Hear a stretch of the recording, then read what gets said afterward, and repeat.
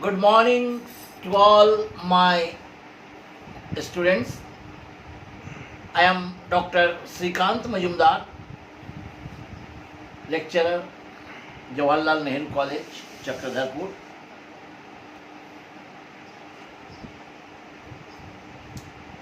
आज मैं आपको फिर फिफ्थ सेमेस्टर के लिए लाया हूँ financial management, that is the fourth chapter.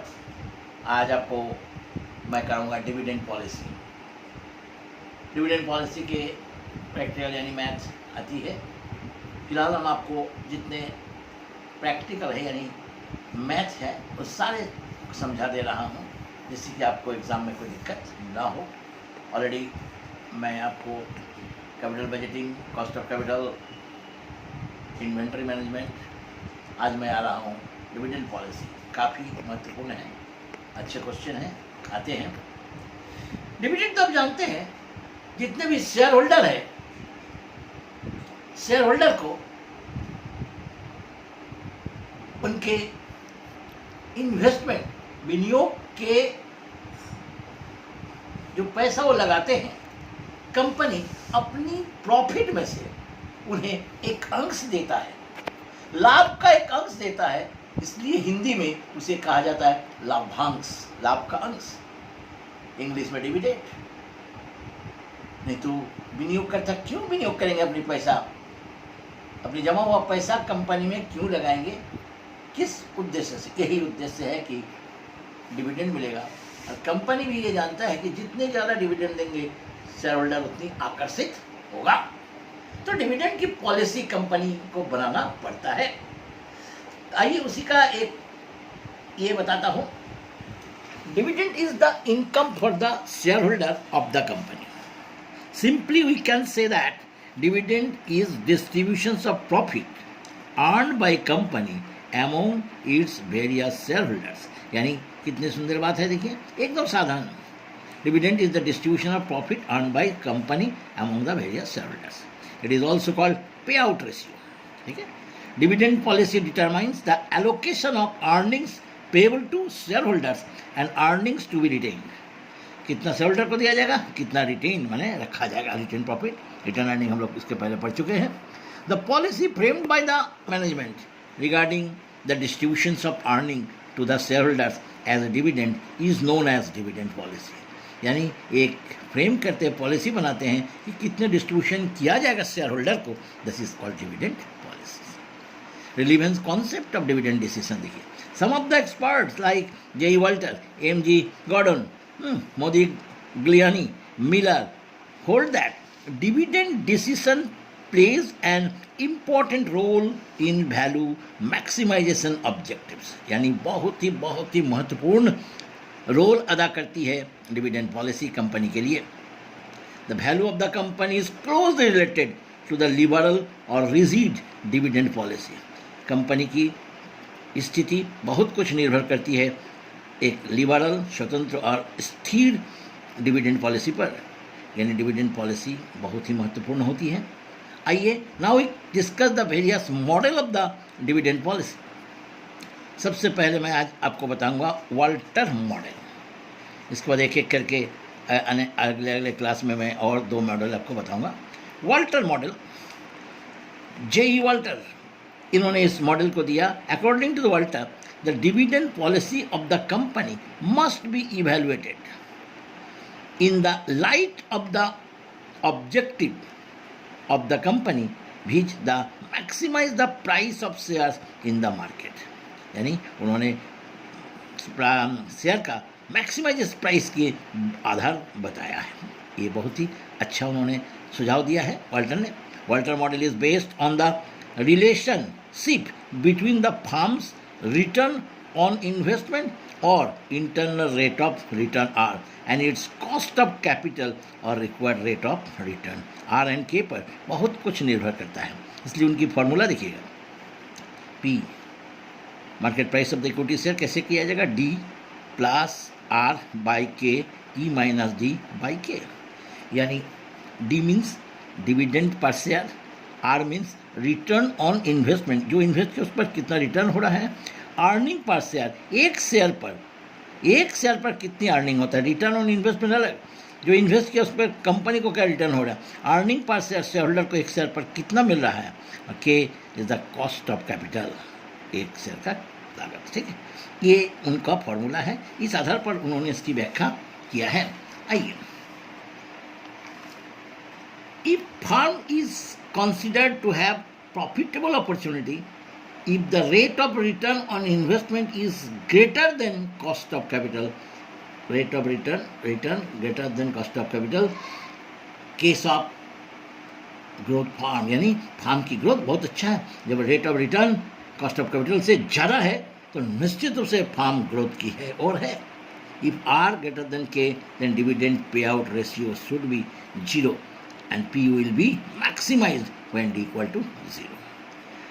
When R less than K, in case of declining firm की स्थिति धीरे धीरे खराब हो रहा है, so business do not have profitable investment opportunity to be reinvestment their earnings. When P will be maximized, then payout ratio also 100.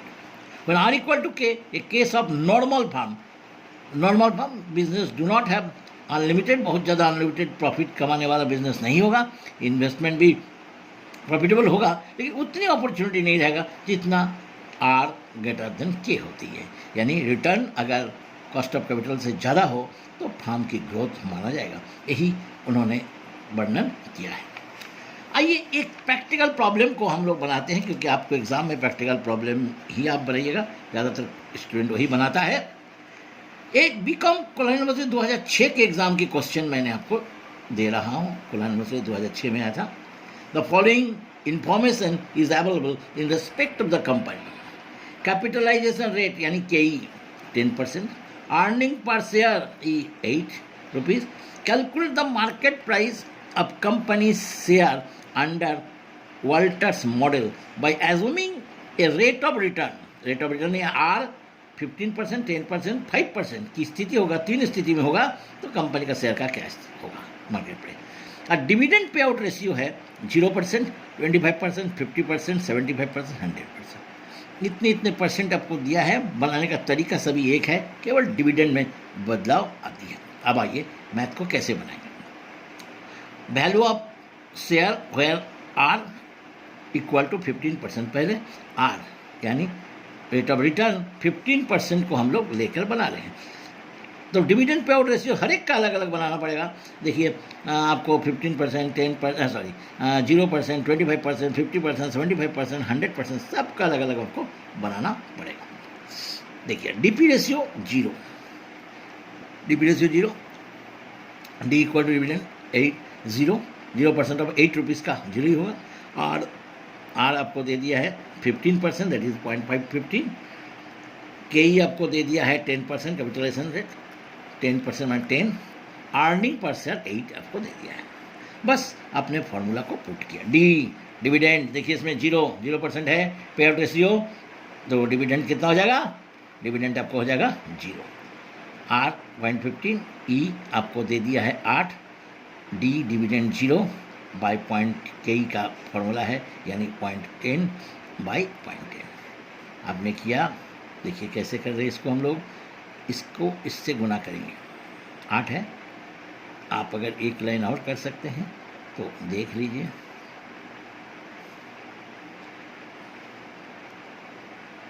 पूरे को 0.10 से डिवाइड कीजिए। ये 8 पे कितना होगा, उसको 0.10 से डिवाइड किया 12 रुपये होगा। अब इसको 12 के साथ 0 को जोड़ दीजिएगा तो 12 ही होगा, उसको 0.10 से डिवाइड कीजिएगा तो कितना हो जाएगा, 100। यानी market value of the share का क्या कीमत होगी, 120 रुपये। तो जब डीपी रेशियो 0 था, अब देखिए जब डीपी रेशियो 25%, डीपी रेशियो 25%, देखिए दे दिया क्वेश्चन में, डीपी रेशियो 25%, केवल डिविडेंड में बदलाव होगा। देखिए डिविडेंड में बदलाव होगा, 8 रुपये पर 25% निकालिए, 2 रुपया निकाले, बस बाद बाकी सब कुछ सेम है। देखिए डिविडेंड इसके पहले वाला में था 0, इसमें हो जाएगा 2, बस गुना भागा करके हम लोग निकाल लिए मार्केट प्राइस 110।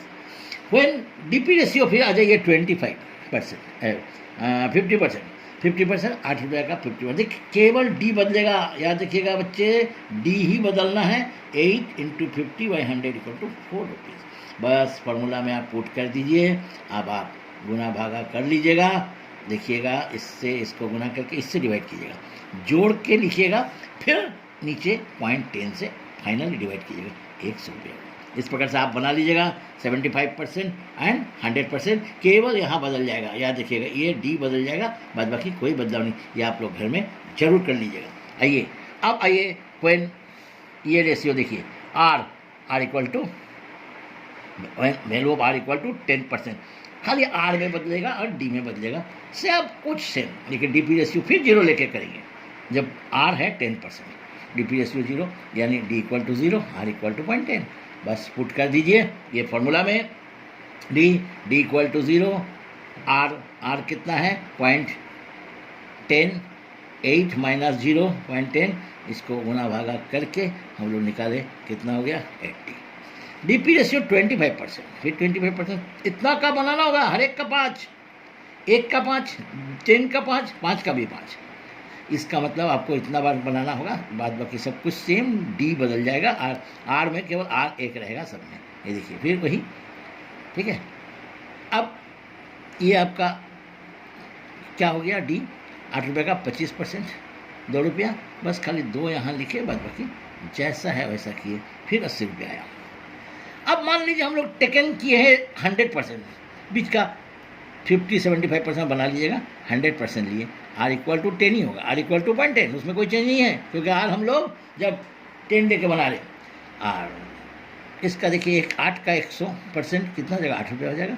बस अब आप पुट कीजिए सेम सब कुछ, आर डी 8 है, -8, 0 गुना करने से 0 होगा, 10 के 0 के साथ 8 को जोड़ेंगे, 8 होगा, और 0.10 से डिवाइड करेंगे, 80 रुपया हो जाएगा।